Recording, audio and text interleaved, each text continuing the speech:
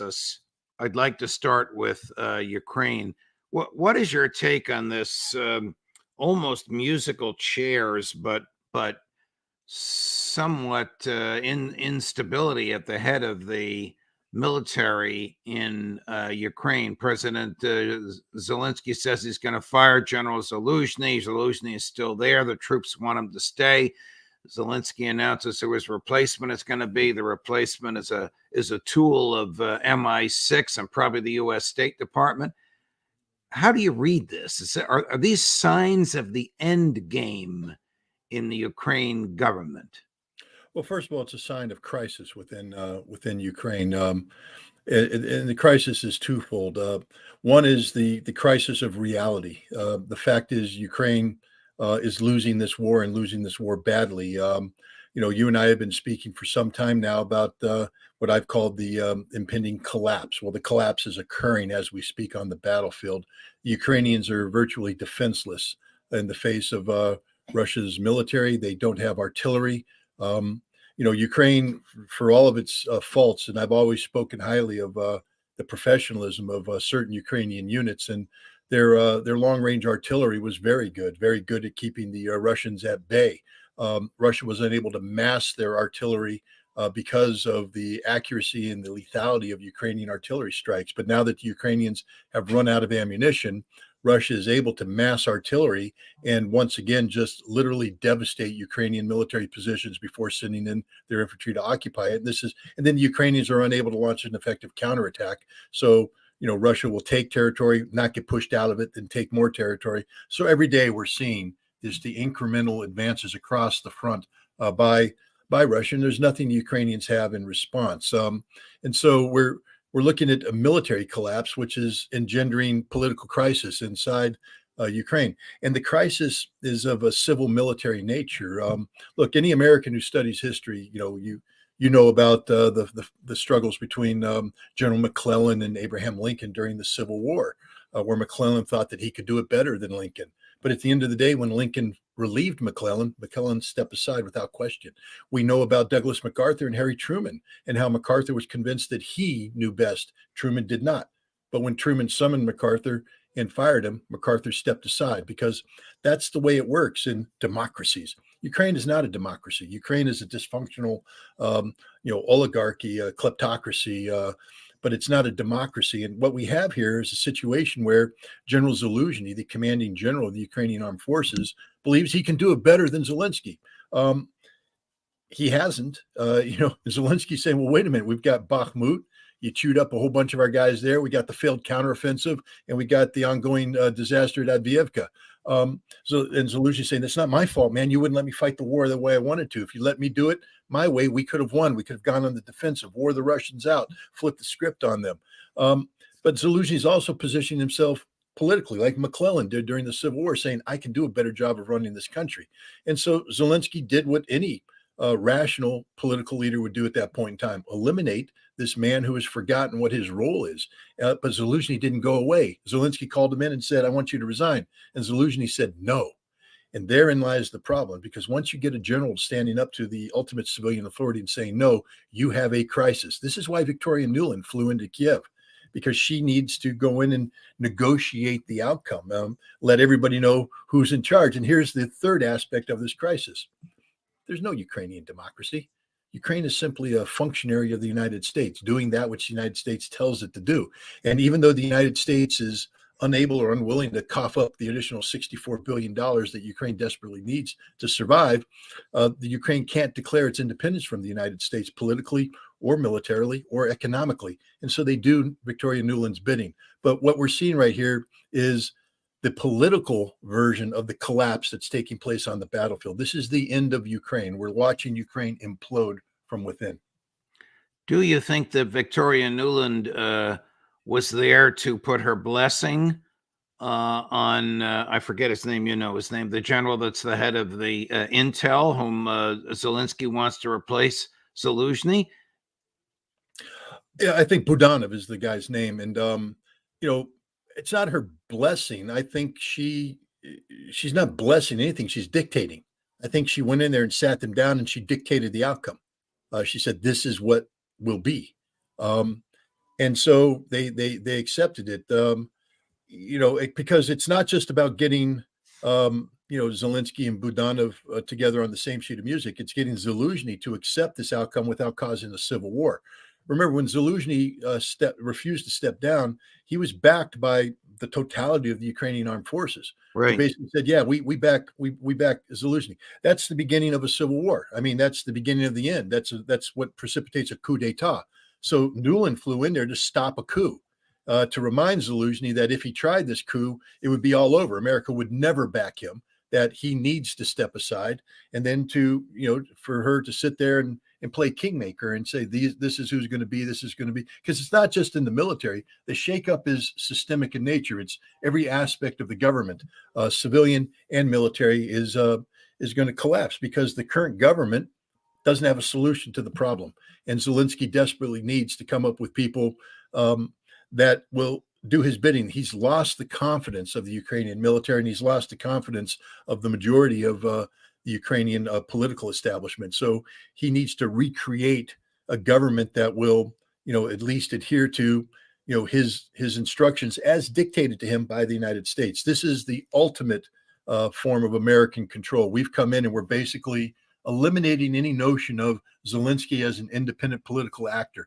What this does is prove that he is little more than a modern day Pinocchio with a bunch of strings attached, and his puppet masters are telling him what to do. Is Budanov a Nazi or a nationalist or one of those hard right groups in the Ukrainian military? Well, he's a nationalist. Whether he's a right sector Nazi, I don't know. He's a man who's committed war crimes. He's the man behind the assassination of Daria Dugina Tatarsky. He's the man who's trying to kill me. So Budanov, yeah, I know who you are. But I will also say this: as much as I despise the man, I had a very interesting conversation with a Chechen general who commanded Chechen forces in Mariupol, and he spoke highly of Budanov as a leader, as a commander, as an opponent. And so whether or not I like the guy or I like his politics, it doesn't matter. Budanov is a very effective leader, and I think if he were able to take control and have the army listen to him, he could solidify. But at the end of the day, Judge, Ukraine is building a sandcastle.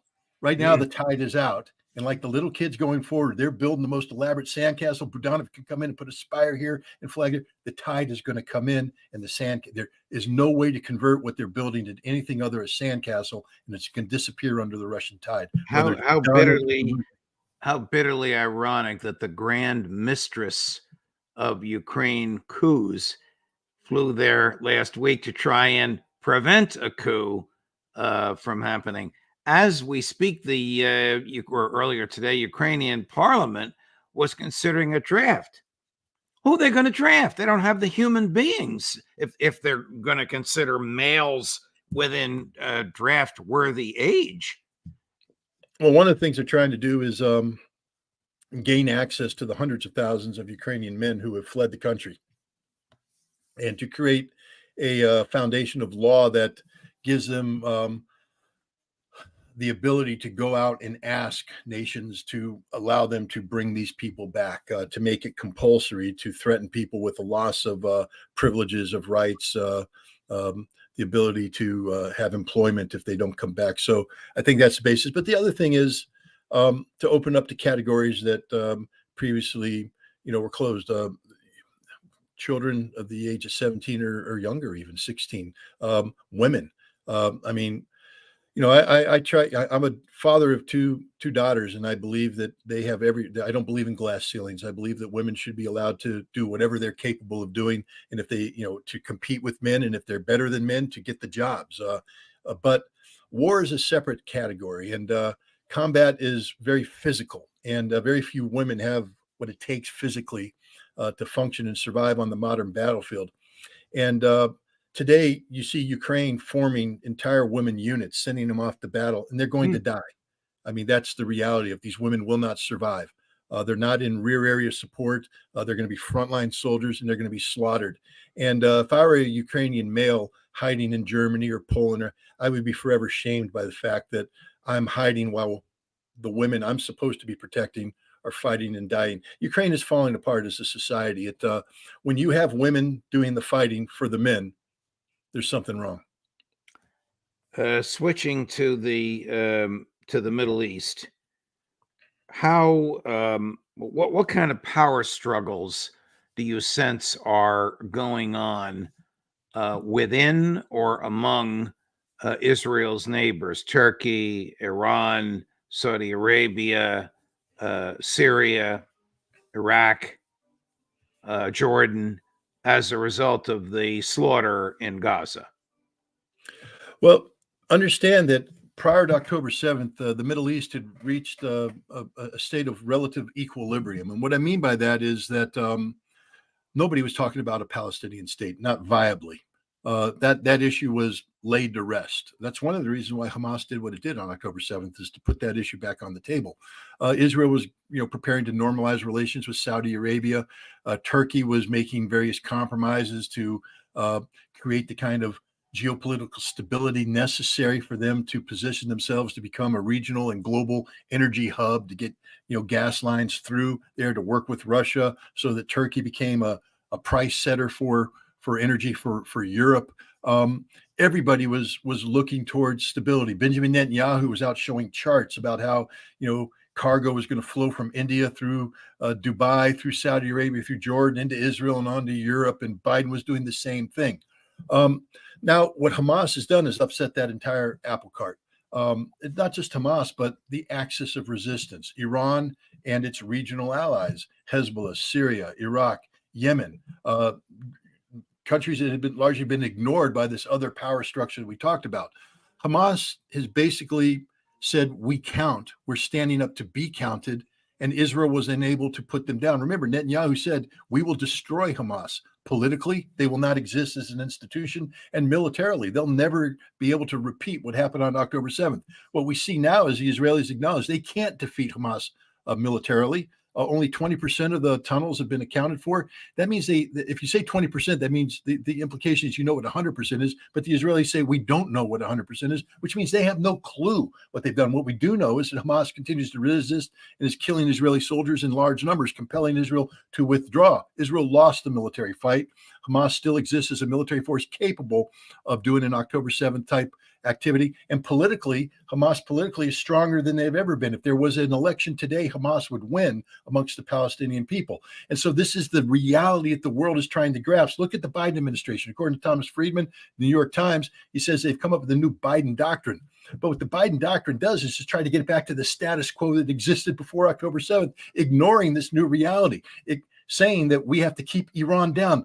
No one's going to keep Iran down now. Iran is up. The axis of resistance is up. Hezbollah is elevated. Hamas is elevated. The Houthi are elevated. The militias in Iraq and Syria are standing up to the United States and winning. We've launched this big bombing attack to deter them. There is no deterrence. They're not afraid of us anymore. They continue to attack, and this is the reality. So the Middle East has changed fundamentally, and all of these nations that were profiting off of the old system are now struggling to define a new system. And you see how weak they are in terms of their imagination. Instead of recognizing the reality and trying to build on this reality and move forward in a way that brings about stability, they're desperately trying to go back to what was. And that's not going to work. You're not going to make Hamas go away. The idea of a two-state solution, which is the United States promoting, where you demilitarize the Palestinians, that means you're asking Hamas to give up that which allowed Hamas to survive, their military capability, and also which depoliticizes Hamas, eliminates them from the table. It's unrealistic to begin with. There is no plan right now in place to resolve the many issues that face the Middle East today. Here's the Russian ambassador to the UN, highly critical of United States bombing in the Middle East. Number 12, Chris. We heard against the backdrop of an escalation of violence in the Palestinian and Israel conflict zone with an unprecedented number of casualties, in support of which Washington is playing far from a secondary role. And the night from the 2nd to the 3rd of February, the US using 4 tactical bombers of the US Air Force, F-16s, and 2 supersonic strategic bombers, B-1B Lancers, carried out by order of President Joe Biden no less than 85 so-called retaliation strikes on the territory of sovereign Iraq and Syria. The mass airstrikes of American air forces, as a result of which civilians and soldiers died, caused the destruction and damage of tens of facilities. And this demonstrates once again to the entire world the aggressive nature of US policy in the Middle East and the full disregard of Washington for norms of international law. Surprised, that the Russian ambassador had at his fingertips the technical details of what was done, the number of strikes and the military equipment used, and B, would take to the Security Council to call out the U.S. the way he did. Does Russia suddenly have a dog in this fight? Well, I mean, Russia, first of all, Russia is taking advantage of a situation where it doesn't have to do anything other than what it should be doing, which is standing up for the United Nations Charter, standing up for international law. The United States is making it easy for Russia to look like the good guy, to look like, the rational player. I mean, Russia has been a rational player for some time now, but, at least make Russia earn it. Right now, it's just a freebie. Russia, all they have to do is state the facts, straightforward recitation of what happened, and it's clear that the United States is in violation of the law. Look, Russia has an interest in regional stability. Russia is not out to engender more instability in the region. So Russia wants peace to break out throughout the Middle East. Believe it or not, Russia doesn't like it that the United States is creating a situation that further delegitimizes America, because Russia's not about the collapse of America. Russia's about getting America to learn to work together as part of a multilateral approach to solving global problems. Russia recognizes that America is a very big nation, a very powerful nation, a very influential nation, and Russia would like to work with America on the global stage to bring about stability, because Russia needs America to accomplish that. A world without America is a world that will not function properly. But Russia's not going to, cave to America. Russia knows what it stands for. It knows what its allies stand for. And so it's going to stand for the right thing, the rule of law, not the rules-based international order. And this is what Russia's doing. But Russia's not trying to position itself for some sort of zero-sum game victory where an American defeat is a Russian victory. Here, an American loss is a loss for all of humanity. And that's what the Russian ambassador is saying. Why is the United States, I assume it's considering, listening to Lindsey Graham, although it turns my stomach as it does yours, even considering bombing Iran? It's ideological in nature. Lindsey Graham understands that, in the big picture. Let me answer it this way by talking about another one of my favorite senators, Senator Marco Rubio. When he talked about Brazil, back when Brazil was talking about joining BRICS and going through de-dollarization, he said, we can't let them join BRICS and de-dollarize. If they walk away from the dollar, if they walk away from the SWIFT, then our sanctions will never work. We won't be able to force them to do what we want to do through sanctions. Now you understand why Brazil was doing what it was doing. Lindsey Graham understands how the world works, and he understands the rule-based international order that the United States has created, and he understands that the threat to this rules-based order that Iran represents. If Iran gets to do what it wants to do, it's going to normalize relations with Saudi Arabia, which eliminates the possibility of large-scale conflict in the Middle East between those two powers. B, it's going to work with the axis of resistance to bring about changes within the other nations, Egypt, Jordan, United Arab Emirates, and others, to get them to gravitate away from the policies driven by the United States towards policies, multilateral policies, the kind of policies that China and Russia are promoting that brings about peace and stability. And this will further weaken the United States. Lindsey Graham understands the desperate situation that we face and knows that the only way that we can prevent this slide is to directly attack Iran. And so that's what he's promoting. But it's unrealistic because Lindsey Graham, unfortunately for him, the Pentagon doesn't agree. The Pentagon knows that if we attack Iran, we initiate an escalation of violence that we can't sustain. This dates back to the time of Donald Trump when he wanted to retaliate after the Global Hawk was shot down, the drone. He wanted to bomb Iran. The Pentagon told him, you can, here's the targets. But if you do this, it begins a cycle of violence that will lead to general war. And Mr. President, we're not ready for that. It will take us months, maybe years, to muster the force necessary to confront Iran in a meaningful fashion. Meanwhile, they will destroy everything we have in the region. And even once we get our forces there, there's no guarantee that we're going to win. Meaning, we may lose this thing. So why do we want to start this? It stopped Donald Trump from bombing Iran. And I believe that it's preventing Joe Biden from escalating to conflict too. Lindsey Graham is irrelevant. Like I said, he's just a perfumed princess that sits around and lets his mouth run. But nobody pays attention to him anymore. I've heard a lot of criticism of Senator Graham, but never that one. God bless you.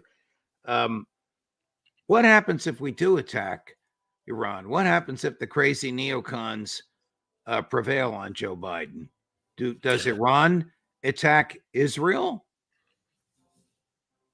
I will say this, that the Iranians are very realistic, and they have been struggling very hard over the past decades to dig themselves out of this sanctions-based economic hole that the United States has put them in. And they have won. They've normalized relations with Saudi Arabia. Both Saudi Arabia and Iran are members of BRICS. Iran is a member of the Shanghai Cooperation Organization. Its economy is drifting eastwards towards the Eurasian Economic Union, and things are looking good for Iran. So the last thing Iran wants to do is throw this away in a war that can be avoided.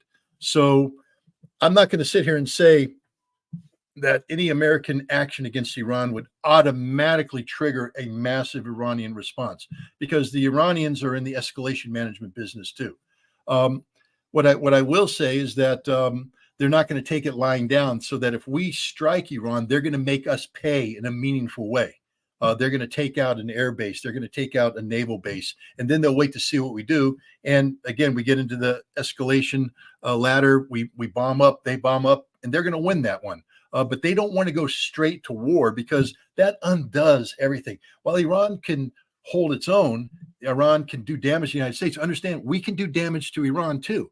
And Iran does not want to initiate something where American cruise missiles in the hundreds are taking out economic targets, destroying the economy that Iran has so, painstakingly built over the course of the last decade. So I think the Iranians are playing a very responsible game. They withdrew a lot of their resources. The United States gave them 5 days. And so Iran pulled a lot of resources back into Iran, so that the United States could bomb without killing large numbers of Iranians.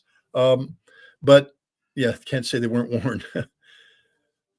Yeah, well, that's a good quote, but they're still striking us. I mean, the bottom line is, you can call them terrorists. Some people call them freedom fighters. Right.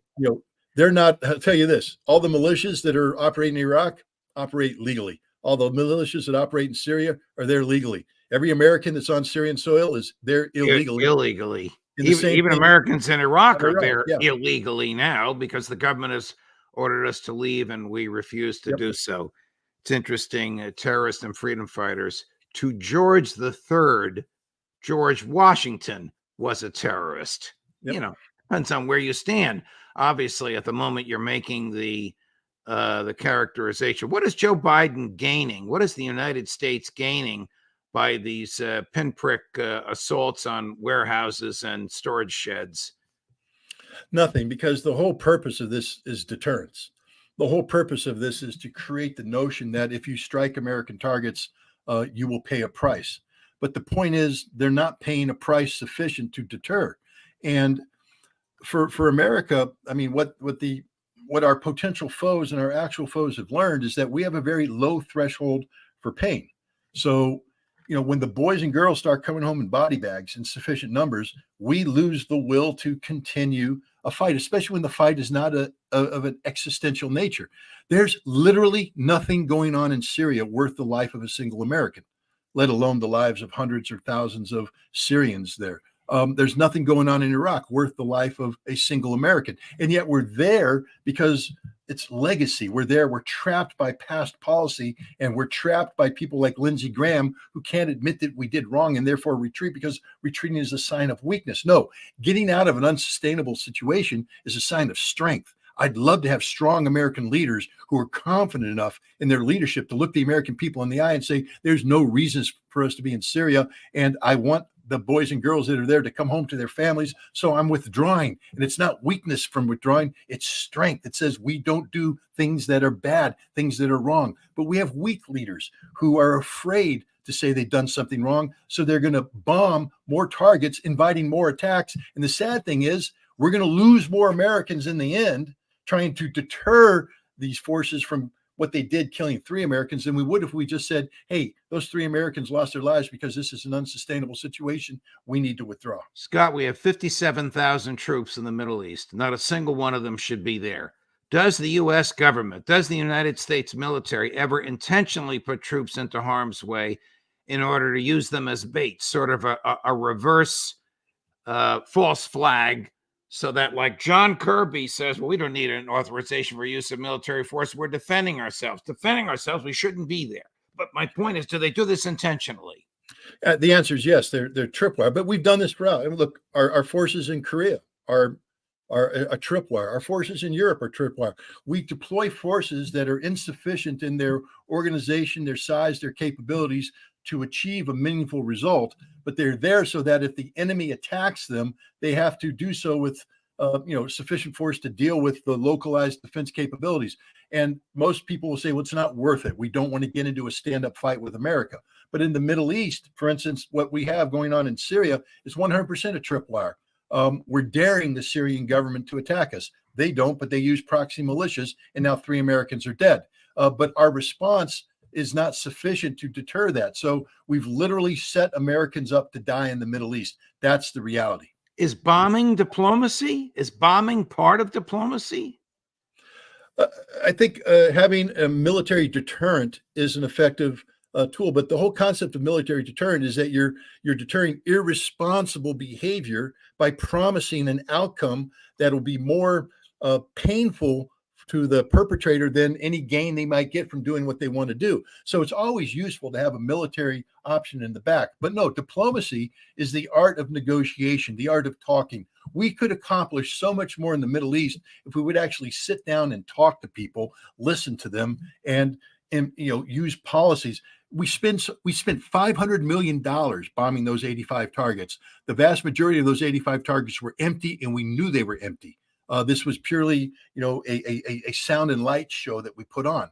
$500 million. If we took that $500 million, if we took half of that $500 million and gave it to the State Department so that they could have sufficient diplomatic representation, if we went in with aid packages, if we went in with targeted assistance, not military assistance, but economics assistance, agricultural assistance, development assistance, do what the Chinese do through the Belts and Roads Initiative, infrastructure development. If we did that sort of thing, we would have a completely different world, a world that liked us, that was beholden to us, that will do our bidding, as opposed to the world that we have today, which if anybody does what we want to do, it's only because we put a loaded pistol to their head and are threatening to blow their brains out. That's not friendship. Has the slaughter in Gaza let up at all? The intensity of the violence has let up just simply because the Israelis are running out of places to bomb. But the horror hasn't. I mean, actually, what's happening right now is far more horrible because people are starving to death. People are dying of diseases. And there's civilians right now that are in just absolute state of destitution. And look, Judge, I don't know if people listen to it. The recordings of the family that was trapped in their car. The parents had been killed by Israeli gunfire. The Israelis knew they were civilians. The 15-year-old girl was on the phone begging for her life as the Israelis come in and execute her. The 6-year-old girl remained in the car and was phoning in saying that everybody's dead around her and she's starving to death. And the world is trying to get the Israelis to let paramedics come in and rescue them, but the Israelis won't. This is what's happening over and over again. These acts of absolute inhumanity by the Israelis who treat the Gazans as animals, straight up animals. And while the scope and scale of the violence maybe has dropped a little bit, the level of inhumanity has grown. And in the meantime, an IDF officer since identified took videos of himself torturing a mainly naked Palestinian. The State Department claimed it knew nothing about it. I wonder if this kind of stuff will appeal to the sensibilities of the Israeli people and drive Netanyahu from office. You know, Judge, there was a time when the United States tortured people after 9/11, a huge program of torture. The Right. CIA was running it. And Right. the American people are aware of what happened, and there's been no repercussion for that. And I consider most Americans to be a moral people, a just people, but we've never held to account the people who tortured people in our name. I don't think the Israelis are going to hold to account Yeah. these horrible officers who are committing torture in their name. I am sadly familiar with the American torture. The only person that went to jail is John Kiriakako, a CIA agent who revealed the torture. Yeah, that's the crime, to Correct. reveal the crime. To reveal it, not to perpetrate it, but to reveal it. Welcome. That was George Bush's America. Scott, thank you very much. You've been on a tear. I know you're busy. I can't tell you how much I appreciate your time. I know how much the audience appreciates your time because they watch you in numbers that continue to grow and are utterly astounding. All the best, my dear friend.